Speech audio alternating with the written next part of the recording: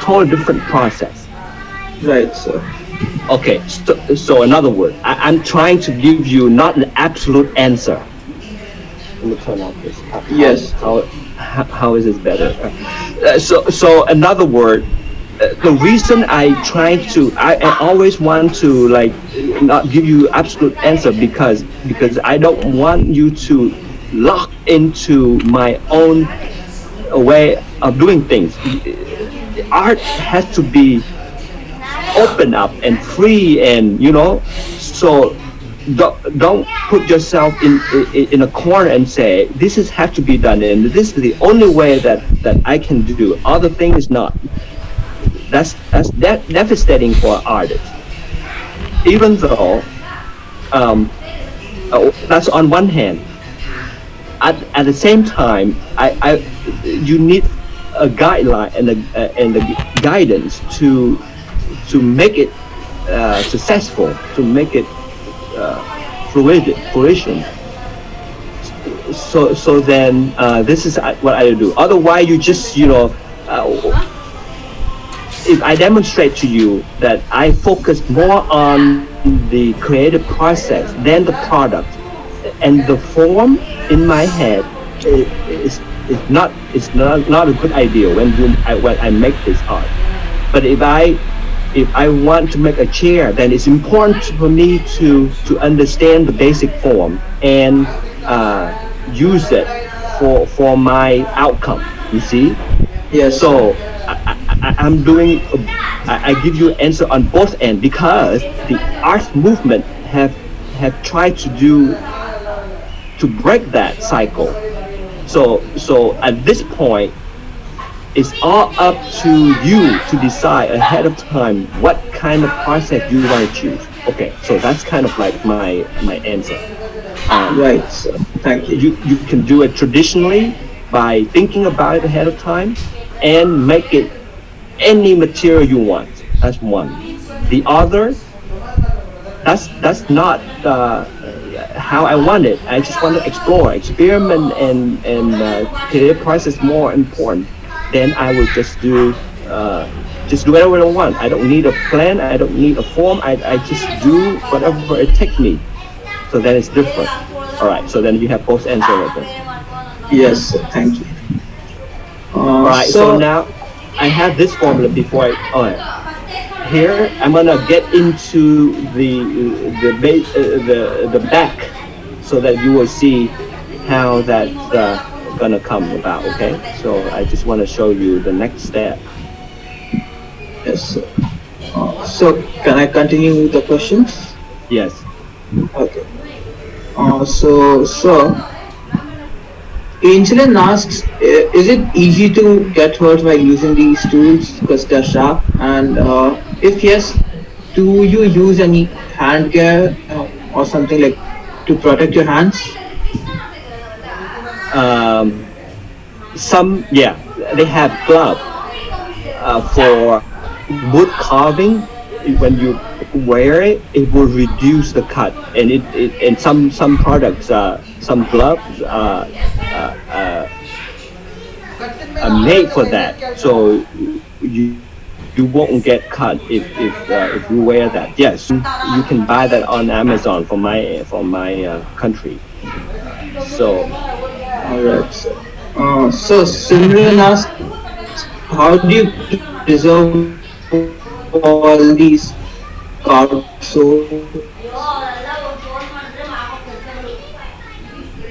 So you stay for a few years, and sometimes it won't, and that's just the idea of fragility of life, and you have to take that risk. So how you preserve it?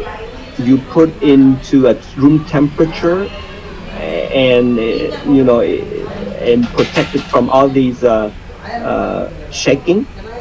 Also, photography is your best tool to keep it its image, and documentation is what artists are now using. Why? Because performing art become like a big deal, like one of the genre. And why performing art? So artist trying to break out the old tradition, right? What is artwork? Is it a product? Is it an idea? Now other artists trying to open that conversation up by saying the action of the artist is the artwork. So it exists in time and it's not it is non-material. So you don't sell it. You could not sell it. But that action is the artwork. So then you have to use video. You have to use documentation to capture that in order to communicate with other about that. But the idea is that your action is the artwork itself. So what I'm doing now is artwork, and I don't, the end product is not the only thing that the artist can do. Okay, does that answer the question? Yes. So the photography is your best bet, and in the future, in long run, hopefully it will stay. This piece stay uh, for like 2 years now. So Oh, that's great. so then yeah, you preserve it in the room temperature and with air conditioning and with moist and with all that physical chemical kind of understanding and Yes, sir. We, environment. Yeah. yeah, sure. All right. So, There are quite a few questions other than that. One is that what kind of tools you use to get the curve shape on your bathtub, on that bathtub which you have right there. All right here. You just yeah. I just use this. Um, yeah, and sometimes if you want to smooth it, you need use water. To meet this curve like this, you can use water because soap is soap is for washing. So you can use water as part of the polishing kind of process, but then it become dull, meaning it will lose its detail information.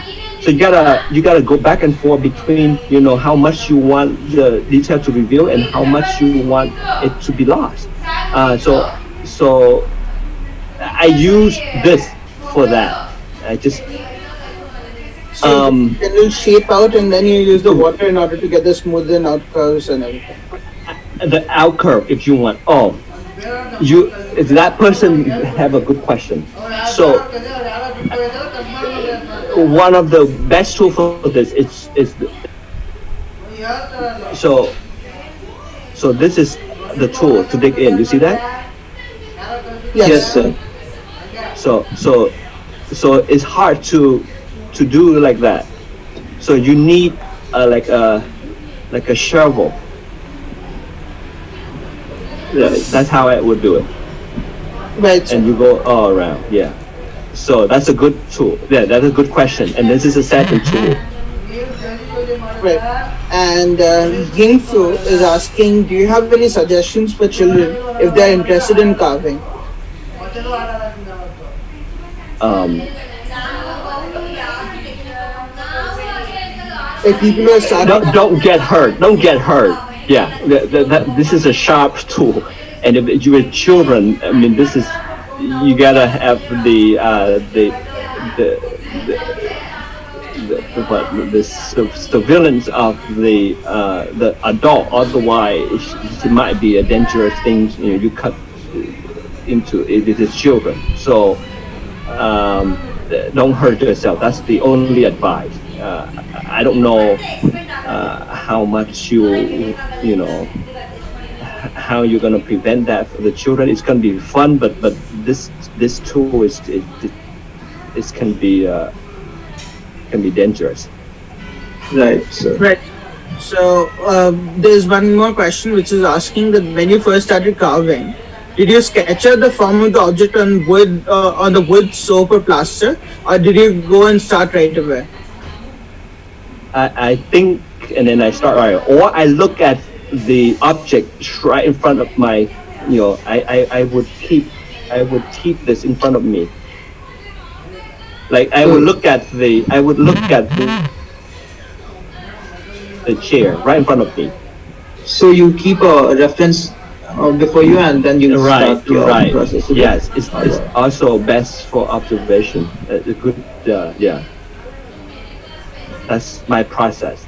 But you can create now on iPad and then use that as your reference. So there's a Okay, question on what is yeah. the most complicated work you've ever done. I didn't. Yeah, that's a good question. This is all I can do at this point. I'm focusing on the idea of chair, and this is like the most complex form, I guess, so far. You can do other things. It has a curve. Um, but you're right. If So, I keep doing this, I would get into like the best would be like this, uh, right? The best is to carve things like this. If I pursue this, continue to pursue this. Right. right. Uh, So the, I okay, one second. For that's for carving. I'm gonna give you example of the sculpture that I'm doing. Okay. right. So the most complex form is this clay. So this is additive. You add material and then you change and you can manipulate it. That is easier. Carving is unforgiven. If you done, then if you carve it out, then it's done deal. So you gotta like have a very good imagination and a good skill to pursue that. So the most complex form is a human form, but I do it with clay. For carving, I have not done that yet. I do just a simple form. So at this point, you go from the simple to the complex. Once you get the whole of the basic form, then you can do other things. And it's not easy for the small thing and for the fragile material like this. So it's very challenging. That's all I can say. So I myself had a question. So when you you said that you burnt the wooden chair earlier, right? Yeah. So while doing that, did you use some what? I mean, how did you do that process? Because burning wood, it's a complicated process. Because the wood itself, get at times it might get on fire or something. So how did you do that? How did you achieve that perfection in doing that? Did you apply some coating or something, or what kind of burning did you do over there? So they have a torch in America. They have like some kind of torch in the hardware store. You just lit it up and then you put it on the wood, and then you control the fire. So if it's too much, then you gotta blow it out, and then you start again. So you mean the texture of the fire or the texture of the carving? So the texture of the carving. So How do I achieve the texture of the carving? yes, so because at times the wood might get burnt up completely. So how do you maintain that perfection while doing that? Like the wood will burn. The Yeah, like the wood can uh, catch onto the fire. So no. You burn at the end. You carve. You don't burn. While you carve, you don't burn it. yeah, like after you carve, you said that you burnt it, right? So while burning, it might catch onto the fire. So how did Oh, you manage control to it. get it? Yeah, control it. Right. Yeah. I use this torch. So the fire start from the small to the big flame. So when it get to a bigger or a different area, then you have to know. You gotta see how that that that fire how to stop it. You just have to know when to stop the fire so that it won't catch everything on fire. Right. So that's kind of like your it's unpredictable. It's very natural, but then you use your intuition to to when to stop. When you want to burn like this part, you burn it more than you have it down here. So so that's what I right. If you want to burn more down here, you put more. You control. You put the fire on here first, and then that's a center of fire, and the fire will start get into other region. So this in time will burn more than this if you start with this. But if I start with this, then it's go down. So the fires with the time factor and the concentration that will will change the texture. So you gotta like think ahead of time, or intuitively you gotta like know where you start the fire. Right. So, All right. so Vishal Sharma asks, if you propose to do an anatomy like biological carving, Yeah. uh, how would you fix the different colored soaps together? Like, would you differentiate the cheeks, head, and all those like separately, or would you carve it all in a single piece of soap, or how would you like combine all the different organs into the one sculpture? Yeah, one piece. If you Yes, don't, sir. yeah. So like Michelangelo and all that Renaissance artists, they do the marble, and it's all the marble have one piece of um, a material, and from there they make the form. And artistically, I think it's the consistency and the one kind of material and the color. I think it looks it's artistic. If you combine, I don't know how to do that. It looks it's not going to be stable on one hand, and and and connection would be very challenging to connect. You can make a glue. You can glue it with the glue, but then you introduce different material, and so it's not consistent. So it doesn't looks good, I think. So I would just stay with one material and carve different things from there, and it will show the mastery skill from your end, like how you gonna do the proportion, how you handle the proportion, how you handle the all in one piece. That takes skill, and that's what admire the viewers. Right. So, So another question is that when you are using chairs, right? Does that have any historical significance behind you choosing a chair as a form of expression or as a major form of art which you prefer? Yeah, that's a good question. So that's got into the concept. So um, at first it was the idea of a chair.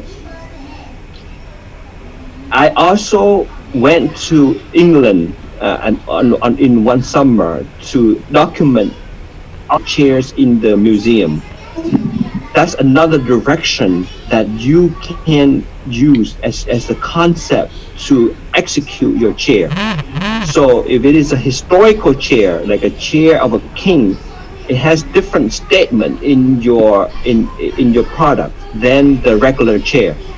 So that's a very good question, or the good question for one, and also a good place for uh, your intention, the artist statement, the idea when you put into it. So when they look at it, if you do it very well, then they will question about why is this particular chair. So that's provide more substance for the viewer to enjoy, and that's fascinating. Like why this chair is in this location on top of the bar show, and like doing here, and then they're gonna think. So that's beautiful. That's one of the great goal of doing this kind of work, to recontext object and ask the viewer to make sense of it. So this is all the idea of post in modernism. Okay, if you into theories and social theory and all the philosophy, and this is artists also, can be part of this whole movement, and using this kind of artwork to contribute to the whole period that we are in, recontextualize, question the existence and the idea of that object. Is it, so this question of power. So it makes more richer of your piece if you do that. Right. So Arkesh asks if there are any like electrical tools which are helpful for carving.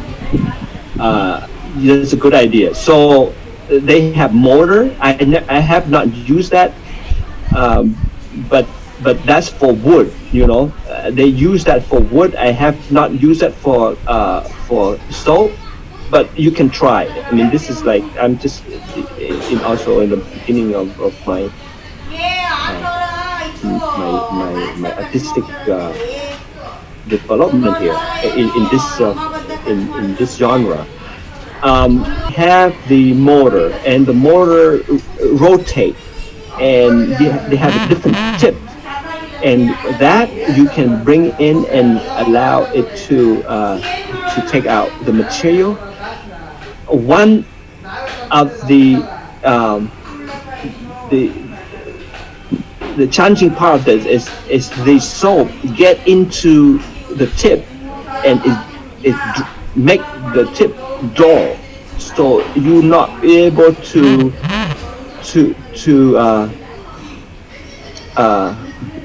cut it well. That's the problem. I have not tried, but I anticipate that problem. They use that for marble, but the powder of marble can get off the tool. But for the soap, it's sticky. So I wonder that it is not gonna help you in a great deal if you use that. So you can try. I mean, yeah, that's my answer. So the last two questions for now. So it's 9:32 right now. So we'll just ask two more questions. One is that if you make any mistake, like if one of your strokes is incorrect, or if that was not how you meant it to be, what could you do in that particular case? Okay. If it's too big of a mistake, then you have to start over. If it's small, you have to go with the flow. You gotta go with what you have given. So, not like you have go with what you have done. So then that's the role of artists. Artists love to make things accordingly, right? It's sensitivity of the artist.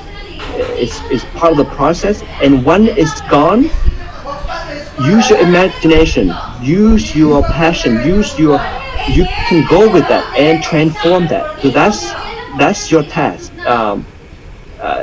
If it's too much and you don't like it, you couldn't go on, and then you have to start over. But if not, you go with it. That's the idea. That it is a mistake, or it is a good mistake. It is imperfection that you want to show, and that's also be part of the whole product.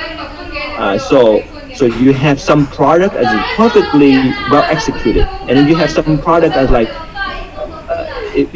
precisely because of that mistake. It makes it interesting to look at, because it has only three legs, not four legs. And that's also created intrigue kind of like conversation to the viewer. So it all depends. I mean, I'm like all for like depends. Right. Okay. So don't, you can keep it, or you can keep looking at it, or decide. It's up to you, I guess. So since we are short of time, so do you have any concluding remarks or any suggestions of that sort?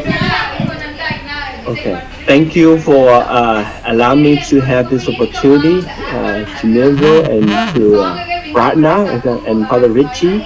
If I keep doing it, I will get a chair. I didn't have it, finished for all of you, but I hope this discussion and demonstration allow you to see how I work with this. And I hope that this begins a creative process for you so that you can have something tangible and you start out with this and then it will take you to Yes. Now I would. Okay. Yes. Now I would request Piyush to deliver the word of thanks.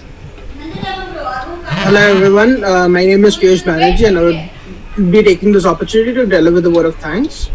I would like to first of all thank our guest speaker, Father Trung Pham, from the Department of Art and Art History from Seattle University, Washington, for a wonderful session on carving. I personally, and I believe everyone present here has gained a lot from this. I would also like to thank the college, the management, the principal for incredible support they have provided in making this international webinar possible in the first place. I would also like to thank Father Richard Rager, Ms. Parinita Shinde, and all of the teachers and students of BWOG Digital Media and Animation for being here. Neville sir definitely deserves a special thanks for his invaluable support which helped materialize this webinar. And lastly, but definitely not the least, I would like to thank you, the participants from both India. We definitely loved the session and we are glad that we had this particular time and this particular moment with us where you could share your experience and your experience with us. Thank you very much for that. Thank you. I love India as well. I tend to go there and it's great. So thank you for the opportunity. Thank you, sir. Have a great day. We had a really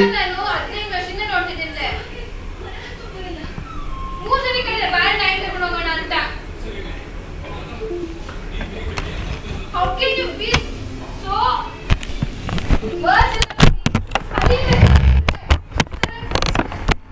ಹೆಂಗಿರಕ್ಕಾಗುತ್ತೆ ಅಂದ್ರೆ ನಾನು ಕಲ್ತ್ಕೊಳ್ಬೇಕು.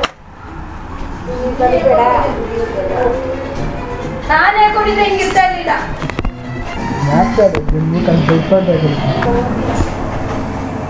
ನಿಂಗೆ next level ಬೈಯೋದಂದ್ರೆ ನಿಂಗೆ ಚೆನ್ನಾಗೆ ಮಾತುಗಳು ಬೈಯೋದು ನಿನಗೆ ನಿಂಗೆ next level ಬೈಯೋದಂದ್ರೆ ಕೆಟ್ಟ ಮಾತನ್ನೇ ಬೈಯೋದ್ಬೇಕು. ಒಳ್ಳೆ ಮಾತಾಡ್ಬೇಕು ನಿಂಗೆ ಕೇಳಲ್ಲ. ಬಾರಪ್ಪಾಗ ನಂದೇನು ಉಪಯೋಗ. ಏನಾದ್ರು ಜಾಸ್ತಿ ಮಾತಾಡಿದ್ರೆ ಕನ್ನಡಲ್ಲಿ ಒಂದು ಏನು ಕರ್ಲ್ ದಪ್ಪ ಬಿಟ್ಬಿಡುತ್ತಂಗೆ ಎತ್ಕೊಳಕ್ ಕರ್ಲ್ ಮಾಡ್ಕೊಬೇಕು ಅಷ್ಟೇ ನಾವು ಮುಜಿಕಿ.